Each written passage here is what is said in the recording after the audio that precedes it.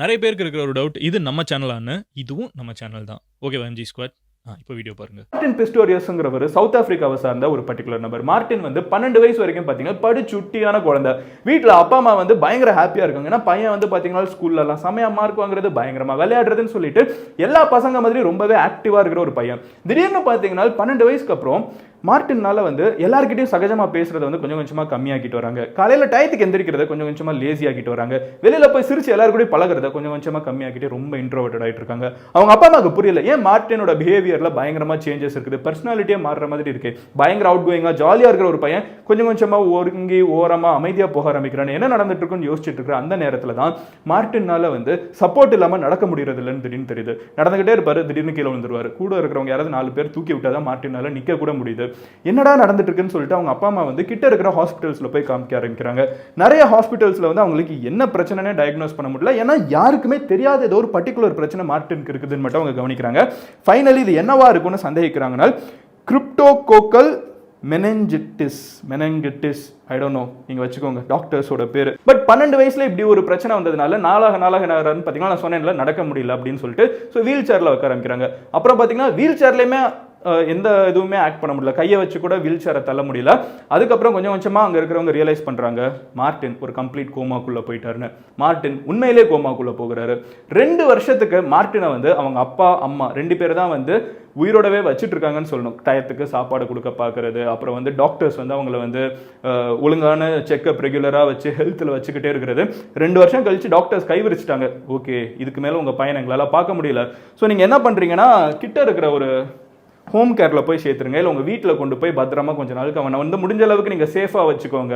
கொஞ்ச நாள் இந்த பையன் செத்துருவான், பட் அதுக்கு முன்னாடி அவனை முடிஞ்ச அளவுக்கு கம்ஃபர்டபுளாக வைக்க முடியுமான்னு பாருங்க அப்படின்னு சொல்லிட்டு டாக்டர்ஸ் கை விரிச்சிட்றாங்க. இது 2 வருஷம் டாக்டர்ஸும் ட்ரை பண்ணுறாங்க, எப்படியாவது இந்த பையனை கோமாலேருந்து கொண்டு வந்துடல. என்னதான் இவனுக்கு பிரச்சனைன்னு நிறைய சந்தேகிக்கிறாங்க, இதுவாக இருக்கலாம் அதுவாக இருக்கலாங்கிறாங்க. பட் எதுவுமே வந்து ஆக்சுவலாக இல்லை. ஓகேவா, எதுவுமே வந்து உங்களுக்கு எக்ஸாக்டாக என்னன்னு டாக்டர்ஸ்னால சால்வ் பண்ண முடியல.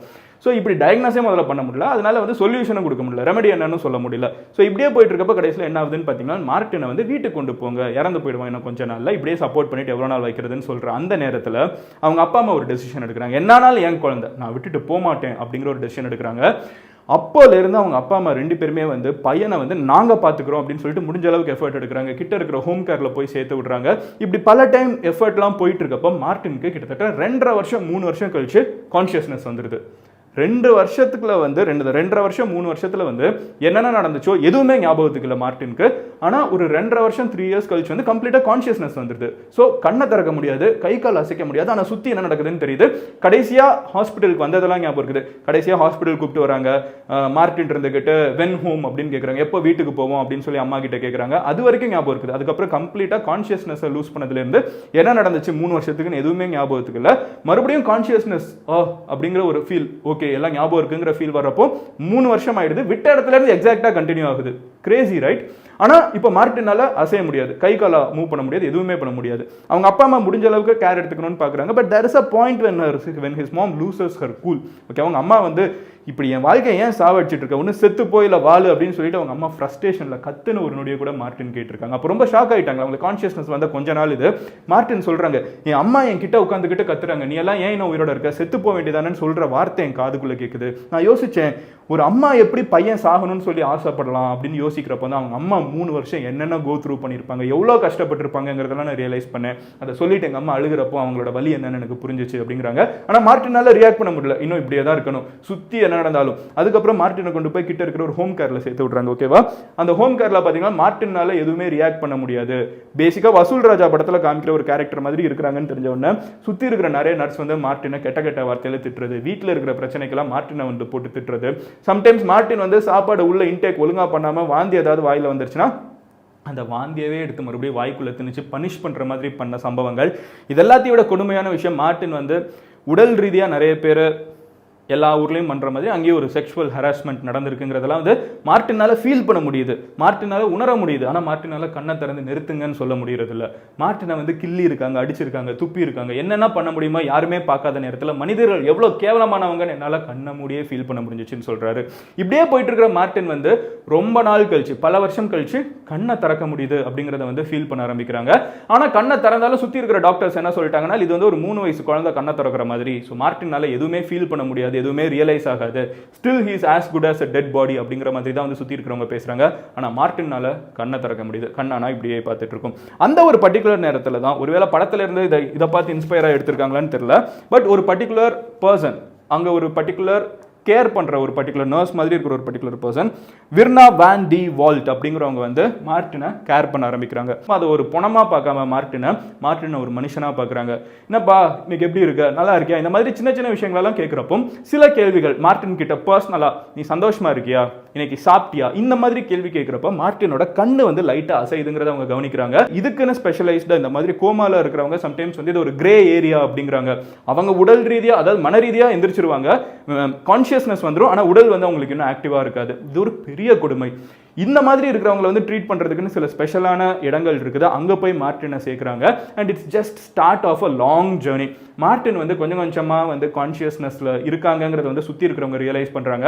மார்ட்டினால கொஞ்சம் கொஞ்சமாக கையை அசைக்க முடியுது, மார்ட்டினால கொஞ்சம் கொஞ்சமாக எந்திரிச்சு உட்கார முடியுது. ஆனால் மார்ட்டின் வந்து பிறந்த குழந்தை மாதிரி மறுபடியும் சாப்பிட்றதுக்கு கற்றுக்கிறதுல இருந்து, குளிக்கிறதுக்கு கற்றுக்கிறதுல இருந்து, எல்லா விஷயத்தையுமே வந்து ஒரு சின்ன குழந்தை எப்படி முதல்ல இருந்து கற்றுக்கணுமோ அந்த மாதிரி மார்ட்டின் வந்து சின்ன வயசுல இருந்து எல்லாரும் கற்றுக்கிட்ட விஷயத்த 12 வருஷம் கழிச்சு ஒரு உடலுக்குள்ள வந்து மார்ட்டின் மாட்டிக்கிட்டார். உங்க உடலுக்குள்ளே நீங்க மாட்டிக்கிட்டீங்கன்னா எப்படி இருக்கும், அந்த மாதிரி மாட்டிக்கிட்ட மார்ட்டின் வந்து மறுபடியும் கொஞ்சம் கொஞ்சமா அதுல இருந்து வெளியே வர ஆரம்பிக்கிறாரு. 12 இயர்ஸ் கழிச்சு சக்சஸ்ஃபுல்லா 13 இயர்ஸ், இதுவே ஒரு 1 இயர் ப்ராக்ரஸ், ஓகேவா.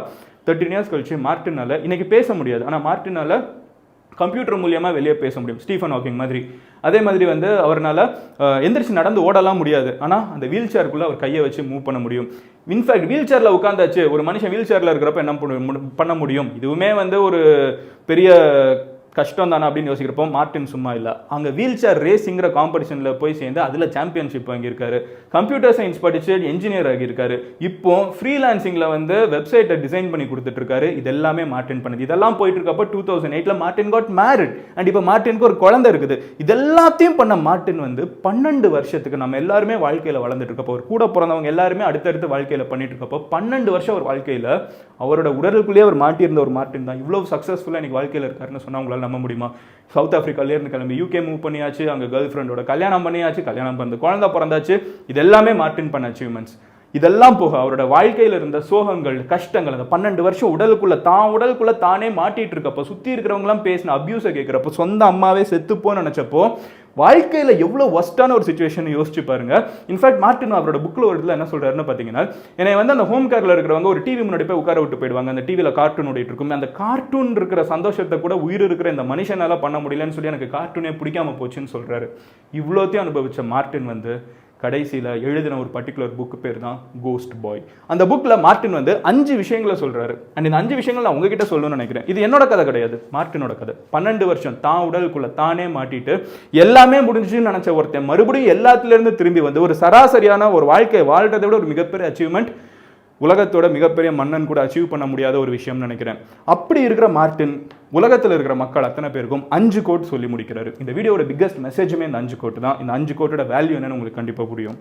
ஃபர்ஸ்ட் ஒன், மார்ட்டின் உலகத்தில் இருக்கிற மக்களுக்கெல்லாம் சொல்றது என்னன்னு பார்த்தீங்கன்னா, dreams can be of any size you want them to be. கனவுகள் எவ்வளோ பெரிய கனவானாலும் இருக்கலாம், இல்லை எவ்வளோ சின்ன கனவானாலும் இருக்கலாம். ஆனால் ரொம்ப முக்கியமான விஷயம் என்னன்னு பார்த்தீங்கன்னா, but the important thing is to have one. ஆனால் கனவுன்னு ஒரு விஷயம் உங்களுக்கு இருக்கணும். மார்ட்டின் கண்ணை மூடி படுத்திருக்கப்போ, மார்ட்டினோட கனவுனா தூங்கிட்டு இருக்க போகிற கனவுல ஆசைகளில் வந்து விண்வெளிக்கு போகிற மாதிரி வருமா, எந்திரிச்சு நிற்கிற மாதிரி வருமா, மறுபடியும் சுற்றி போகணும்னு ஆசைப்படுவாராம்.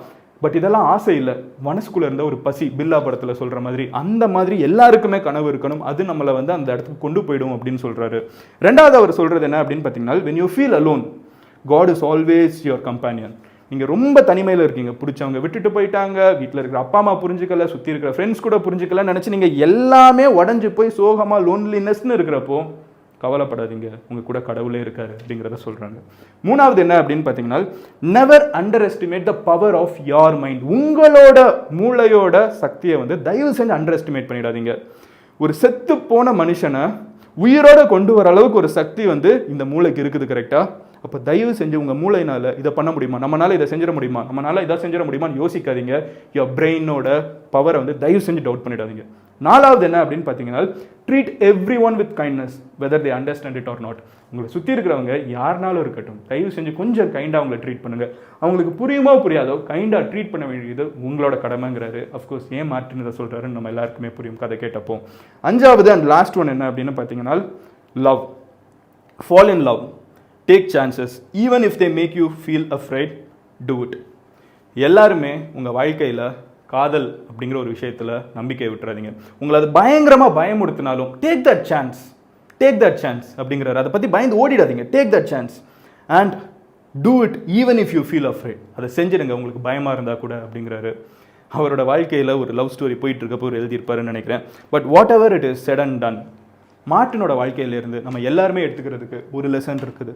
விடாமுயற்சி. எவ்வளோ பிரச்சனையானாலும் சரி, உலகமே நம்ம முடிஞ்சிட்டோன்னு நினச்சாலும் சரி, சுற்றி இருக்கிறவங்களாம் செத்து போனவன்னு நினச்சா கூட சரி, இது ஒரு பொணான்னு லிட்டரலாக நினச்சிருக்காங்க. நம்மளெல்லாம் வந்து வீட்டில் சும்மா திட்டுவாங்க, என்ன போன மாதிரி, உண்மையிலேயே பொணான்னு நினச்சிருக்காங்க. அவர் எந்திரிச்சு வந்து உட்காந்து ஒரு வாழ்க்கையை வாழ்ந்துட்டு இருக்காரு. Wheel racing champion. ஸோ உங்கள் வாழ்க்கையில் ஒரு இடத்துல நீங்கள் உட்காந்துட்டு இருக்கீங்கல்ல, நம்மளாலலாம் இதெல்லாம் முடியுமான்னு முடியும். நீங்கள் முதல்ல நம்புங்க.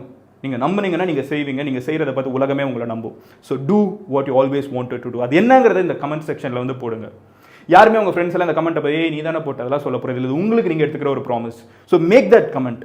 நீங்கள் உங்கள் வாழ்க்கையில் அந்த விஷயத்தை செஞ்சு முடிச்சதுக்கப்புறம் இந்த கமெண்ட்டுக்கு கீழே வந்து ஒரு அஃபர்மேஷன் சொல்லுங்கள், எஸ் ஐ டிட் இட்னு. ஸோ தட் அடுத்து உங்களுக்கு அப்புறம் வந்து பார்க்குறவன் அவனை சந்தேகப்படாமல், மார்ட்டினால மட்டும் கிடையாது, நம்ம ஊரில் கூட ஒருத்தங்கனால பண்ண முடியுதுன்னு சொல்லி அவங்களோட கோலை சேஸ் பண்ண ஆரம்பிப்பாங்க. நாளைக்கு நான் உங்களை ஒரு வீடியோவில் பார்க்குறேன். நீங்கள் என்ன பர்சனலாக ஃபாலோ பண்ண நினச்சிங்கன்னா எந்த சோஷியல் மீடியாலும் மதன் கோரின்னு சொல்லி சர்ச் பண்ணுங்கள். You should be able to find me.